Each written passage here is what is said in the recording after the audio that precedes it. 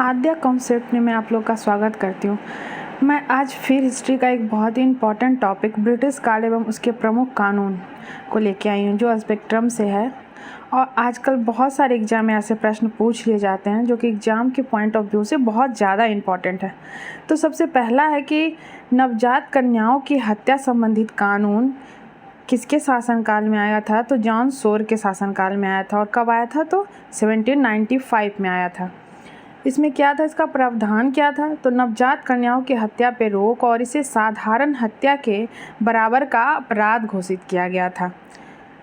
बाल हत्या निरोध कानून, बाल हत्या निरोध कानून जो है वो 1802 में आया था, 1802 में आया था, लॉर्ड वेलेजली के शासनकाल में आया था और बंगाल के लोगों द्वारा गंगा एवं समुद्र के संगम में नवजात शिशुओं को फेंकने पर रोक था।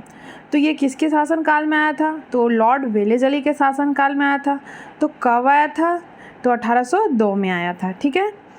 तीसरा क्या है? तो सती प्रथा निषेध कानून है। सती प्रथा निषेध कानून जो है वो 1829 में आया था और किस में आया था? तो विलियम बेंटिंग के शासनकाल में आया था। और क्या था ये? सती प्रथा पर कानूनी रोक लगाया गया था। हिंदू विधवा विवाह पुनर्अधिनियम पूछता है ये। हिंदू विधवा पुनर्विवाह अधिनियम जो है वो 1856 में आया था, 1856 में आया था, लॉर्ड डलहौजी के शासनकाल में आया था। विधवा विवाह को कानूनी मान्यता देने के लिए आया था।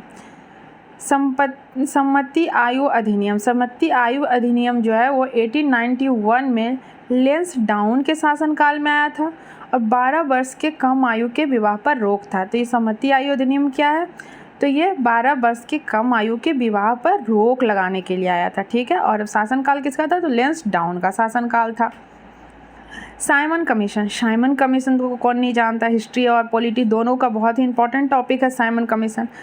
ये 1927 में आया था और किसके शासनकाल में आया था? जो लॉर्ड इरविन के शासनकाल में आया था। तो ये किस लिए आया था? तो संविधान निर्माण की योजना को लेकर आया था साइमन कमीशन। ठीक है। शारदा कानून, शारदा एक्ट भी बहुत सारे एग्जाम में पूछे गए हैं, ये क्वेश्चन देखा भी जाता है। तो 1930 में आया था, लॉर्ड इरविन के शासनकाल में आया था। बालकों के लिए विवाह की न्यूनतम आयु 18 वर्ष एवं बालिकाओं के लिए 14 वर्ष था। मतलब लड़का जो है 18 वर्ष से कम आयु का नहीं होना चाहिए और जो लड़की है वो 14 वर्ष से कम आयु की नहीं होनी चाहिए। 8वां है हिंदू महिला सम्मति कानून। हिंदू महिला सम्मति कानून जो है 1937 में आया था, लॉर्ड ऑकलैंड के द्वारा लाया गया था। हिंदू महिलाओं को संपत्ति का अधिकार देने के लिए आया था। अगस्त घोषणा, अगस्त घोषणा जो है 1940 में लिनलिथागो द्वारा प्रादेशिक स्वशासन के लिए आया था। अगस्त घोषणा। क्रिप्स मिशन प्रस्ताव, क्रिप्स मिशन प्रस्ताव जो है 1942 में लिनलिथागो द्वारा आया था। क्रिप्स मिशन प्रस्ताव, ठीक है, किस लिए आया था? तो संविधान सभा की योजना के लिए आया था। तो क्रिप्स प्रस्ताव भी पॉलिटी एंड हिस्ट्री दोनों का टॉपिक है, तो ये मतलब जो बहुत ज़्यादा इम्पॉर्टेंट है। क्रिप्स मिशन तो 1942 और किसके शासनकाल में? तो लिनलिथागो के शासनकाल में। और किस लिए आया था? तो संविधान सभा की योजना के लिए आया था। वेवेल प्रस्ताव, वेवेल प्रस्ताव 1945 में आया था, लॉर्ड वेवेल के शासनकाल में। तो नाम से ही है कि वेवेल प्रस्ताव, लॉर्ड वेवेल सभी दलों को मिलाकर काउंसिल का निर्माण करने के लिए आया था वेवेल। ठीक है। कैबिनेट मिशन, कैबिनेट मिशन जो है वो 1946 में आया था, लॉर्ड वेवेल के शासनकाल में ये भी आया था, क्योंकि ऑलरेडी वेवेल प्रस्ताव 1945 में आया था, तो ठीक उसके एक साल बाद आया कैबिनेट मिशन, 1946 में आया है। तो इसमें क्या था? तो संघ का निर्माण एवं प्रांतों को स्वायत्तता देने के लिए आया था। ठीक है। माउंटबेटन योजना 1947, इससे तो सभी अवगत हैं। माउंटबेटन योजना जो है वो लॉर्ड माउंटबेटन के शासनकाल में ही आया था। ये भारत का अंतिम वायसराय भी है और भारत का विभाजन के लिए आया था। किस लिए था? इनका मेन कार्य क्या था? तो भारत का विभाजन था। ऐसे एग्जाम में पूछता है कि लॉर्ड माउंटबेटन योजना किसके लिए आया था? तो भारत का विभाजन के लिए आया था। ठीक है। अब है ब्रिटिश काल में विदेशों पर अधिकार। बहुत सारे ब्रिटिश काल में बहुत सारे ऐसे शासन थे जिसमें भारत में मिला लिया गया, तो वो कौन कौन सा था? तो नेपाल 1816 में लॉर्ड हेंगिस्टन के शासनकाल में था। हेस्टिंगन है ना, लॉर्ड हेस्टिंगन। कुमायूं एवं गढ़वाल का विलय हुआ था किसके शासनकाल में? तो लॉर्ड हेस्टिंगन्स के शासनकाल में। सिंध, सिंध का विलय 1843 में किया गया था लॉर्ड एलन बरो के शासनकाल में। पूर्ण विलय हुआ था इसका, मतलब ये नहीं कि 1 या 2 पार्ट, पूरा विलय किया गया था सिंध को। और सिंध का विलय किसके शासन काल में हुआ था? तो लॉर्ड एलन बरो के शासनकाल में। सिक्किम को 1861 में लॉर्ड कैनिंग के द्वारा पूर्ण विलय किया गया था। लॉर्ड कैनिंग के शासनकाल में क्या किया गया था? तो सिक्किम का पूर्ण विलय किया गया था। भूटान का भी विलय किया गया था 1865 में लॉर्ड लॉरेंस के शासनकाल में, इसका भी पूर्ण विलय हुआ था भूटान। अफगानिस्तान 1879 में लॉर्ड लिटन के द्वारा अफगानिस्तान का विलय हुआ था, वाह्य नियंत्रण स्थापित किया गया था उसके, ठीक है। बर्मा 1885 में लॉर्ड डफरिन द्वारा पूर्ण विलय किया गया था, डफरिन। मणिपुर 1891 में लॉर्ड लैंसडाउन के द्वारा पूर्ण विलय किया गया था मणिपुर को भी। तिब्बत 1903 मतलब 100 लॉर्ड कर्जन के शासनकाल में पूर्ण विलय किया गया था 1903 में, ठीक है, तिब्बत का। भारतीय सरकारी संगठन ये भी पूछ लिया जाता है कि किसके शासनकाल में और किसने इसे बनाया और कौन कौन से संगठन है। जैसे कि मित्र मेला है, तो मित्र मेला जो है वो पूना में 1899 में सावरकर बंधु द्वारा बनाया गया था। अनुशीलन समिति तो अक्सर बहुत सारे एग्जाम में देखे गए हैं। तो अनुशीलन समिति जो है वो कलकत्ता एवं ढाका दोनों जगह बना था। वीरेंद्र कुमार घोष इनके मेन थे और इसके साथ कौन कौन थे? तो जतेंद्रनाथ बनर्जी थे, प्रमोद मित्तर थे, पुलीन दास थे। अभिनव भारत जो है वो पूना में बना था, 1904 में बना था।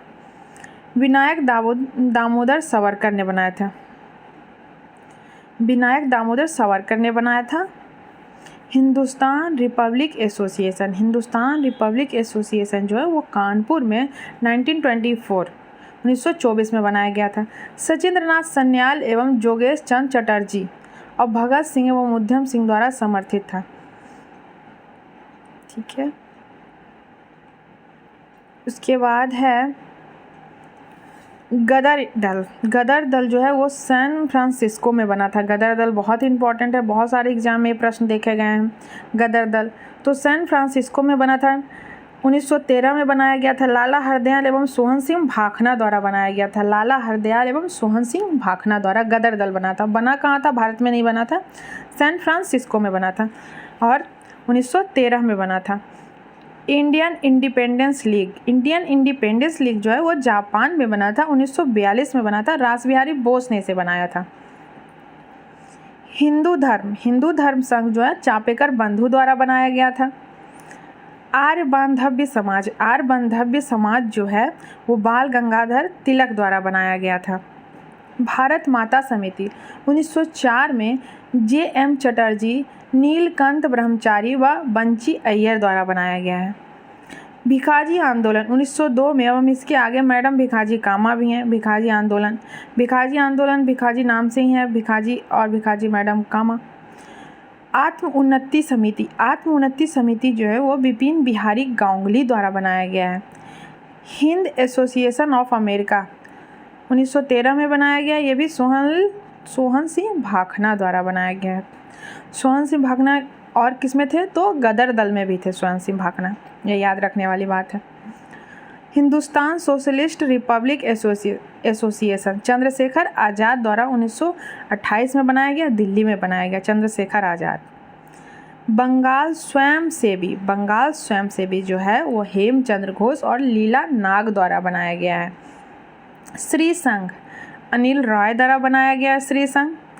इंडियन रिपब्लिक आर्मी जो है वो सूर्य सेन द्वारा बनाया गया है। अनुशीलन समिति जो है वो मिदनापुर में 1902 में ज्ञानेंद्र नाथ बोस द्वारा बनाया गया है। भारत माता सोसाइटी जो है वो पंजाब में 1907 में अम्बा प्रसाद एवं अजीत सिंह द्वारा बनाया गया। अम्बा प्रसाद नौजवान भारत लाहौर में 1926 में बनाया गया था। और किसके द्वारा बनाया गया था? तो भगत सिंह द्वारा बनाया गया था। नौजवान भारत भगत सिंह नौजवान थे, इसलिए नौजवान भारत बनाए। ऐसे भी आप याद कर सकते हो कोरिलेट करके। व्यायाम मंडल जो है वो पूना में बना था, चापेकर बंधु ने बनाया था। स्वदेश बांधव्य समिति जो है वो वारिशाल में बना था, 1905 में बना था, अश्विनी कुमार दत्त द्वारा बनाया गया था। आई होप आप लोग को अच्छा लगा हो। Please let's watch and share.